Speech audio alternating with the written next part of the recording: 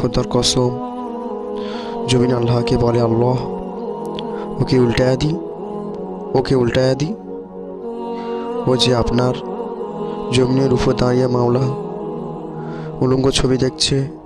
রাত 2টায় নৌজন মনে করে গ্রামে মামে মা নাই, বাবা নাই, কেউ নাই, সবাই ঘুমিয়ে গেছে।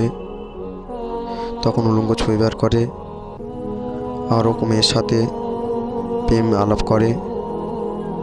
আরশ থেকে আল্লাহ তাআলা তখন তাকে বলে, ইস, আমি কিন্তু জেগে আছি, আমি ঘুমাই নাই, সবাই ঘুমিয়ে গেছে, আমি ঘুমাই নাই, আমি ঘুমাই না।